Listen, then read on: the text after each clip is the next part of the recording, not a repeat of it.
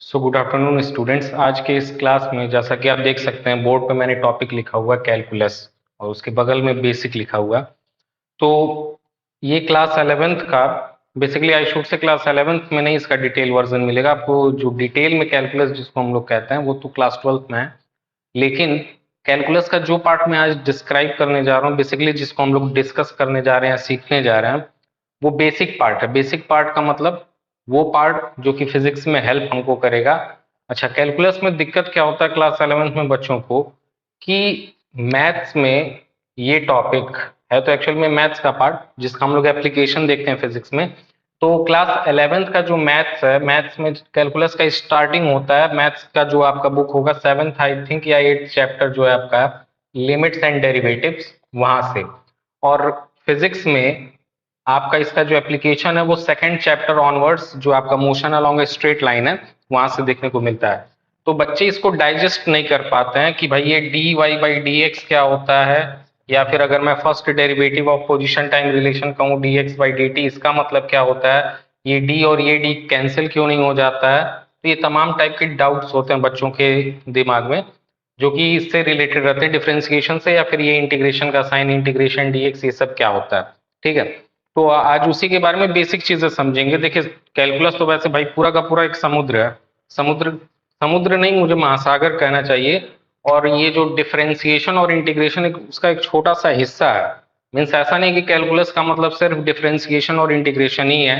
और जो differentiation integration हम लोग पढ़ते हैं क्लास 12th लेवल तक, वो उसकी चुटकी भर भी नहीं है। इनफैक्ट अगर आप इंजीनियरिंग में जाएंगे या फिर सपोज मैथ साइड से आप बीएससी एमएससी जो भी करते हैं, तो वहां पे इसका आपको डिटेल वर्जन मिलेगा।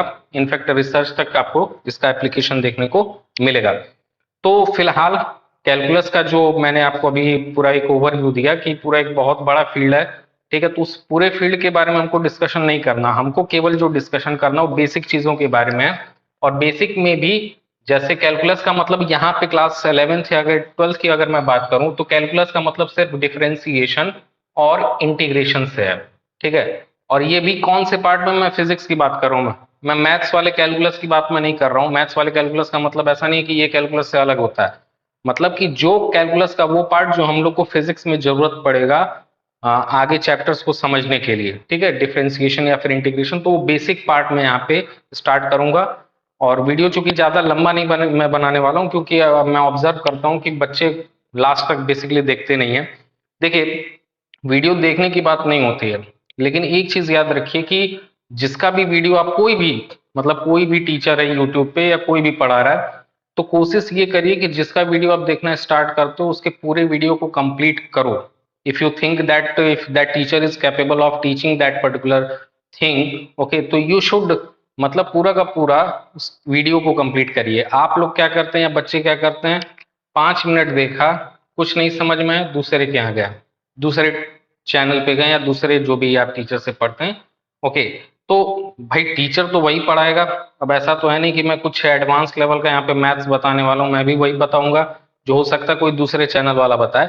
लेकिन ये जो आप लोग 5 मिनट 2 मिनट देखने के बाद जब स्किप करते हैं, तो इससे दिमाग पे आपके ये इफेक्ट पड़ता है कि थोड़ा थोड़ा करते करते आप मतलब एक तरीके से पूरा यूट्यूब छान मार लेते हैं, लेकिन समझ में कहीं पे भी नहीं आता है। तो इससे बेटर है, टाइम वेस्ट करने से बेटर है कोई एक वीडियो पकड़ें और उस वीडियो को पूरा देखें और उसको देखने के बाद समझने की कोशिश करें। ठीक है, तो आई थिंक वो ज्यादा बेटर रहेगा ना। तो स्टार्ट करते हैं आज का टॉपिक। तो भाई, कैलकुलस का मतलब हम जो यहाँ पे पढ़ने जा रहे हैं वो है डिफरेंशिएशन, और दूसरा चीज है यहाँ पे इंटीग्रेशन। ठीक है, तो देखिए, अगर मैं सिंपल सा एक एग्जांपल से स्टार्ट करता हूं। मैं पहले बात तो अगर मैं मोटा मोटे में कहूं, तो डिफरेंशिएशन का मतलब होता है तोड़ना किसी भी चीज को। जैसे मान लीजिए ये मार्कर है, ठीक है, इस मार्कर को मैं क्या करता हूँ, एक चाकू लेकर के कोई भी एक ब्लेड लेकर के मैं इसको इनफाइनाइटली छोटे, एकदम मतलब इतना छोटा कर देता हूँ कि ये मेरी सोच से भी, मतलब जितना आप सोच सकते हैं ना उस सोच से भी छोटा आप कर दे रहे हो।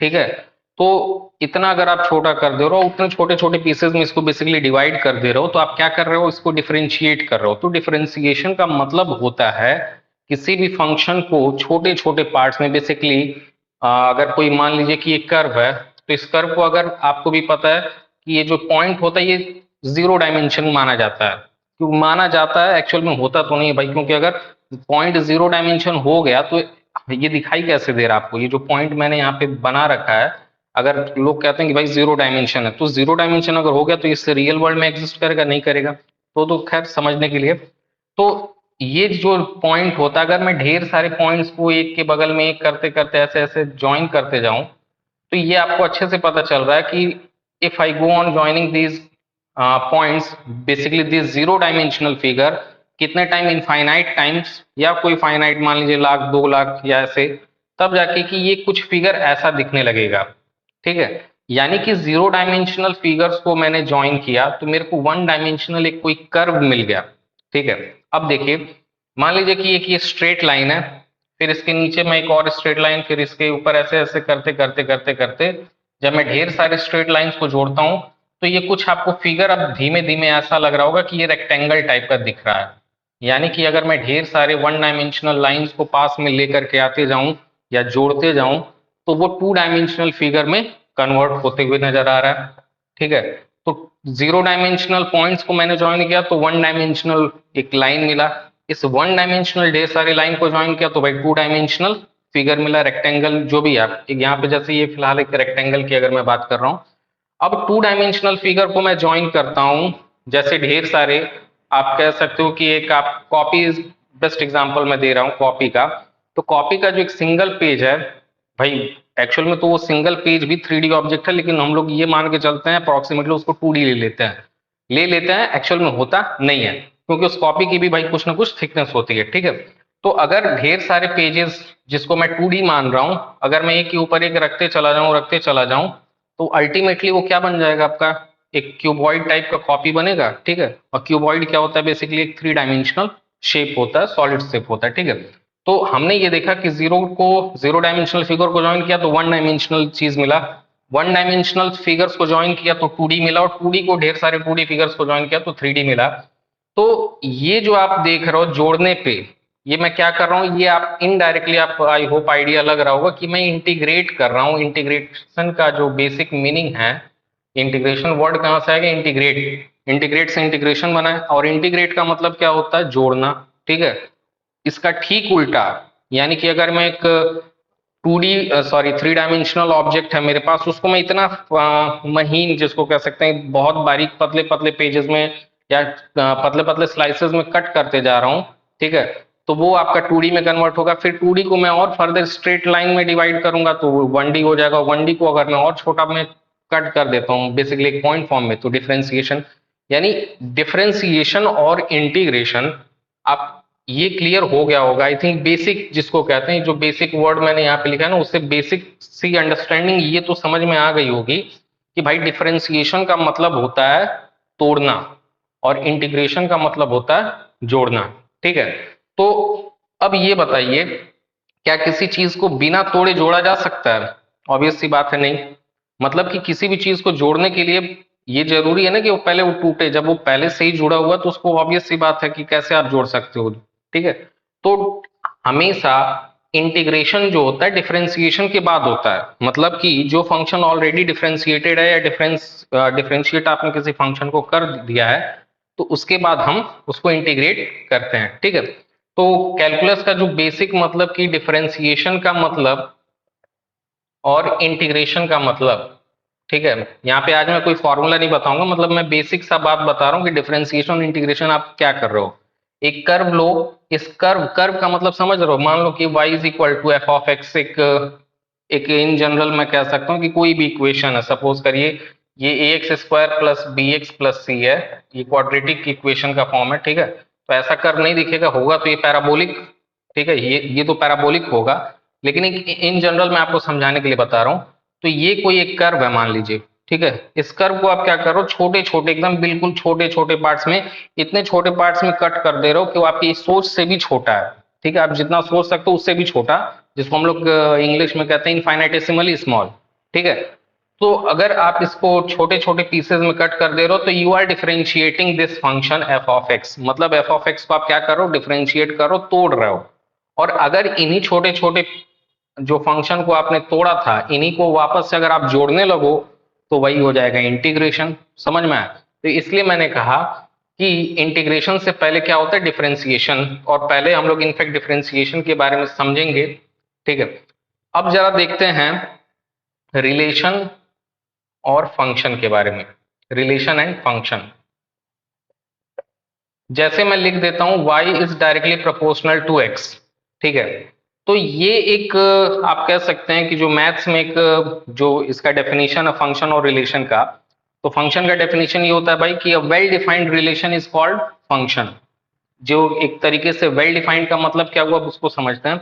जैसे देखिए यहाँ पे मैंने लिखा y is directly proportional to x, यानी y क्या है, x पे डिपेंड कर रहा है। लेकिन कैसे डिपेंड कर रहा है भाई, एक वेरिएशन हो सकता है ना कि x क्यूब भी हो।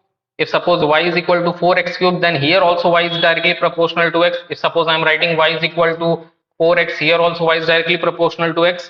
लेकिन हमको यहाँ पे जब when I am writing y is directly proportional to x, तो ये कंप्लीट इंफॉर्मेशन नहीं मिल रहा, अभी आधा अधूरा इंफॉर्मेशन मिल रहा है। ठीक है तो एक डिपेंडेंसी शो कर रहा है कि y x पे डिपेंड कर रहा है, लेकिन वो कंप्लीट डिपेंडेंसी किस तरीके से वेरिएशन होगा, मतलब x में क्या, अगर मैं थोड़ा चेंज करूं तो y में उसका कितना चेंज मिलेगा देखने को, ये यहां से क्लियरिटी नहीं आ रही है। लेकिन अगर इसी प्रोपोर्शनैलिटी को रिमूव करके मैं कांस्टेंट इंट्रोड्यूस करता हूं, मान लीजिए मैं लिख देता हूं y is equal to 4x। अब यहाँ पे साफ साफ भाई पता चल रहा है कि अगर मैं x को 2 गुना बढ़ाऊंगा तो y में भी कितना इफेक्ट देखने को मिलेगा। मान लीजिए y इज इक्वल टू मैं 4x स्क्वायर लिख देता हूं, तो x में कितना इंक्रीमेंट करेंगे तो y में कितना इंक्रीमेंट या चेंज हमको देखने को मिलेगा। ये कहलाता है आपका फंक्शन। ये क्या हो गया, ये रिलेशन जैसे ही आपने इसको इक्वल टू साइन से रिप्लेस किया, ये किस में कन्वर्ट हो गया, फंक्शन। और एक मैं एग्जांपल जो बार बार पढ़ाते समय क्लास में देता हूं कि सपोज करिए, रिलेशन और फंक्शन समझने का सबसे बेहतरीन तरीका जिसको मैं कहता हूं, एग्जांपल जो मैं बच्चों को देता हूं, सपोज एक लड़का और एक लड़की जब तक दोनों में दोस्ती रहती है, सपोज करिए वो लिव इन रिलेशनशिप में रह रहे हैं, मतलब आपस में बिना शादी के वैसे ही रह रहे हैं। ठीक है, तो इंडिया का जो सोसाइटी है भाई उनको तो कोई मान्यता देता नहीं है, इनफैक्ट उनको वो गलत नजरों से देखता है। लेकिन जिस मोमेंट, तो जब तक ये लड़का और ये लड़की है बेसिकली जो कपल है, वो बिना किसी आई शुड से शादी के अपने मन के अकॉर्डिंग रह रहे हैं, तब तक वो रिलेशन कहलाता है, एक रिलेशनशिप कहलाती है। और वही जब ये लड़का और लड़की शादी कर लेते हैं, अब ये शादी क्या है भाई, ये फंक्शन में कन्वर्जन प्रोसेस हो रहा है। मतलब कि जब तक रिलेशनशिप था, जब तक गर्लफ्रेंड बॉयफ्रेंड वाला रिलेशन था, तब तक उसको हम क्या कहेंगे, रिलेशन। लेकिन जिस moment they get married, it becomes function. ये क्या बन जाता है, फंक्शन। क्योंकि अब शादी जो उन्होंने किया वो एक वेल डिफाइंड टर्म है सोसाइटी में, marriage is a very well defined term in our society. ठीक है, तो अगर कोई हस्बैंड वाइफ है तो भाई सोसाइटी उनको गलत नजरों से नहीं देखता है। लेकिन जब तक ये रिलेशनशिप वाला रहता है, जीएफ और बीएफ वाला, गर्लफ्रेंड बॉयफ्रेंड, ठीक है, तब तक सोसाइटी कुछ ना कुछ हमेशा उनके बारे में गलत ही सोचता है। ठीक है, तो जब तक गर्लफ्रेंड बॉयफ्रेंड थे तब तक क्या कहलाता था, रिलेशन। जैसे उन्होंने शादी कर लिया, उन्होंने एक रिलेशन को एक यूनिक आइडेंटिफिकेशन प्रोवाइड कर दिया। ठीक है, और वो क्या बन गया, हस्बैंड वाइफ। तो रिलेशनशिप किस में कन्वर्ट हो गया भाई, फंक्शन में। तो दैट्स वाई, इसीलिए मैंने कहा कि function is a well defined relation. जैसे कि अभी एग्जाम्पल था, तो वेल डिफाइंड रिलेशन क्या था, हस्बैंड वाइफ का। और जो वेल डिफाइंड रिलेशन नहीं था वो क्या था, गर्लफ्रेंड और बॉयफ्रेंड का। तो उसी तरीके से ये जो इतना लंबा चौड़ा मैंने आपको समझाया, तो मान लीजिए कोई equation y is equal to 4x² plus 2x+3। ठीक है, तो इसको शॉर्टकट में अब बार बार, भाई ये एक तो एग्जाम्पल दे रहे हैं कि इतना ही बड़ा इक्वेशन तो होगा नहीं, हो सकता है कि दुनिया भर का इसमें 100-150 टर्म आ जाए, तो उतना लंबा चौड़ा तो बार बार लिखेगा नहीं कोई, तो हम इसको शॉर्टकट में लिख देते हैं, y is equal to f of x। f of x यानी function of x। Function of x का मतलब y indirect, y is totally depending on x for its different different values। Okay, तो y किस पे depend कर रहा है अपने वैल्यूज के लिए, x के ऊपर कर रहा है। बेसिकली x यहाँ पे आपका इंडिपेंडेंट वेरिएबल है और y आपका जो है वो डिपेंडेंट वेरिएबल है। तो आई होप ये रिलेशन और फंक्शन वाला जो कॉन्सेप्ट है क्लियर हो गया होगा। ठीक है, तो y is equal to F of X का मतलब क्या है, y is a function of x। x जैसे वेरी करेगा वैसा ही वेरिएशन किस में देखने को मिलेगा हमको, y में देखने को मिलेगा। तो इस कैलकुलस वाले पार्ट में आज हमने दो चीजें कवर किया, एक तो बेसिक डिफरेंशिएशन और इंटीग्रेशन का मीनिंग समझाया। ठीक है, दूसरा चीज हमने आज रिलेशन और फंक्शन के बारे में पढ़ा कि रिलेशन क्या होता है, रिलेशन एंड फंक्शन। ठीक है, अब ये रिलेशन फंक्शन हम आज क्यों बता रहे थे, इसका जरूरत कल के या जो नेक्स्ट वीडियो मैं बनाऊंगा इसके ऊपर, ठीक है, उसके ऊपर उसमें समझने में काम आएगा आपको। तो आज के लिए यही दोनों टॉपिक सफिशिएंट है, इसको समझिएगा, कोई डाउट होगा तो कमेंट करिएगा। ठीक है, तो और इसके आगे जो नेक्स्ट वीडियो होगा वहां पे मैं स्लोप के बारे में एक्सप्लेन करूंगा डिटेल में कि बेसिकली स्लोप क्या होता है और tan थीटा हम लोग क्यों स्लोप के लिए यूज करते हैं। ठीक है, थैंक यू।